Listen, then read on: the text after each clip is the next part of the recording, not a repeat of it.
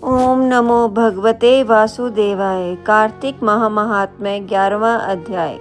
जिसको जप कर जीव हो भवसागर से पार। 11वें अध्याय का कमल करे विस्तार।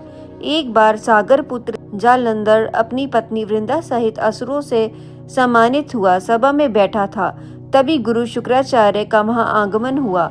उनके तेज से सभी दिशाएं प्रकाशित हो गई। गुरु शुक्राचार्य को आता देखकर सागर पुत्र जालंधर ने असुरों सहित उठकर बड़े आदर से उन्हें प्रणाम किया।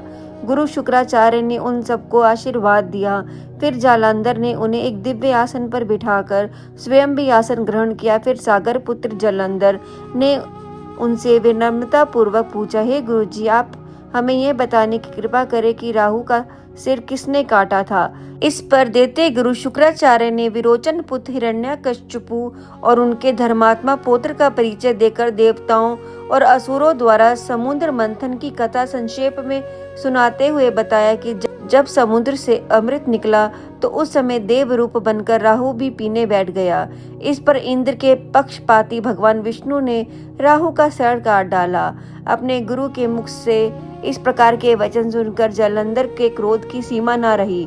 उसके नेत्र लाल हो गए और फिर उसने अपने दसमर नामक दूत को बुलाया और उसे शुक्राचार्य द्वारा सुनाया गया वृतांत सुनाया। तत्पश्चात उसने दसमर को अपनी आज्ञा दी कि तुम शीघ्र ही इंद्रपुरी में जाकर इंद्र को मेरी शरण में लाओ।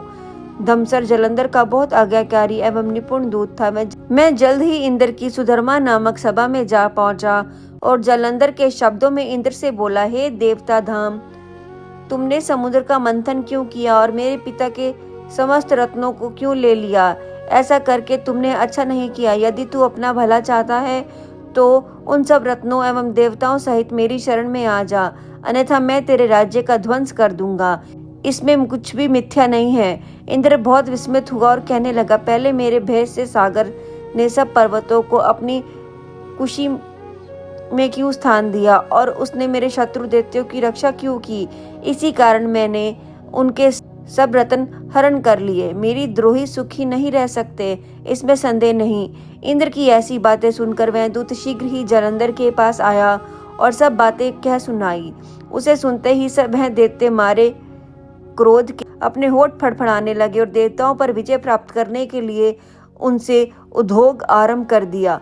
फिर जब सब दिशाओं पाताल से करोड़ों करोड़ों दैत्य उसके पास आने लगे, शुभ निशुभ आदि करोड़ों सेनापतियों के साथ जालंधर इंद्र से युद्ध करने लगा। शीघ्र ही इंद्र के नंदन मन में उसने अपनी सेना उतार दी। वीरों की शंख ध्वनि और गर्जना से इंद्रपुरी गूंज उठी। अमरावती छोड़ देवता उससे युद्ध करने लगे। भयानक मार काट हुई। असुरों के गुरु आचार्य शुक्र अपनी मृत संजीवनी विद्या से और देव गुरु ब्रह्मचारिणी द्रोणगिरी से औषधि लाकर जिल्लाते रहे।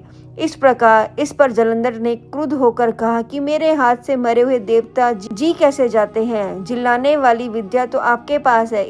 इस पर शुक्राचार्य ने देवगुरु द्वारा द्रोणाचार्य से औषधि लाकर देवताओं को जिल्लाने की बात कह दी।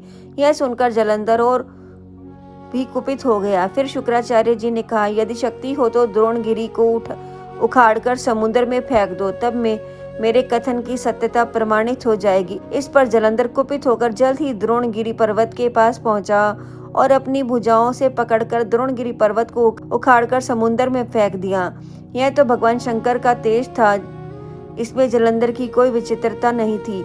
तत्पश्चात यह सागर पुत्र युद्ध भूमि में आकर बड़े तीव्र गति से देवताओं का संहार करने लगा। जब द्रोणाचार्य जी औषधि लेने गए तो द्रोणाचल को उखाड़ा हुआ शून्य पाया। वह भयभीत होकर देवताओं के पास आए और कहा कि युद्ध बंद कर दो, जालंधर को अब नहीं जीत सकोगे। पहले इंद्र ने शिवजी का अपमान किया था। यह सुन देवता युद्ध में जय की आशा त्याग कर इधर उधर भाग गए। सिंधु सूत निर्भय होकर अमरवती में घुस गया। इंद्र आदि सब देवताओं ने गुफाओं में शरण ली। कार्तिक मास में कुछ नियमों का पालन करने से भगवान श्री कृष्ण की कृपा प्राप्त होती है। जानिए कार्तिक मास में क्या करना चाहिए और क्या नहीं। जो कार्तिक मास प्राप्त हुआ देख प्राय अन्न का स्वथा त्याग करता है, बाहर का कुछ नहीं खाता, उसे अतिकृच्छ नामक यज्ञ करने का फल मिलता है। जो मनुष्य मास में रोज भगवान विष्णु को कमल के फूल चढ़ाता है, वह 1 करोड़ जन्म के पाप से मुक्त हो जाता है।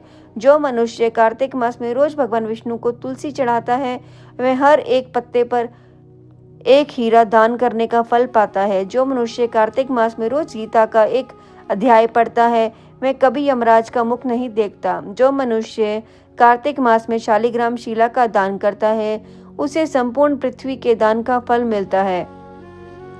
कार्तिक मास में जो व्यक्ति पूरे मास पलाश के पत्तल में भोजन करता है, वह विष्णु लोक को जाता है। कार्तिक मास में तुलसी, पीपल और विष्णु की रोज पूजा करनी चाहिए। जो मनुष्य कार्तिक मास में रोज भगवान विष्णु के मंदिर की परिक्रमा करता है, उसे पग पग पर अश्वमेघ यज्ञ का फल मिलता है। इस जन्म में जो पाप होते हैं, वे सब कार्तिक मास में दीप दान करने से नष्ट हो जाते हैं। जो मनुष्य कार्तिक मास में रोज नाम जाप करते हैं, उन पर भगवान विष्णु की प्रसन्न रहते हैं। जो मनुष्य कार्तिक मास में तुलसी, पीपल व आंवले का वृक्षारोपण करते हैं, वे पेड़ जब तक पृथ्वी पर रहते हैं, लगाने वाला तब तक वैकुंठ में वास करता है। जो मनुष्य कार्तिक मास में कोई नियम लिए बिता देता है, वह नरक में वास करता है। ब्रह्म मुहूर्त में ही करे स्नान। कहते हैं कि कार्तिक महीने में किसी पवित्र नदी, यमुना नदी में ब्रह्म मुहूर्त में स्नान करना बहुत लाभकारी होता है।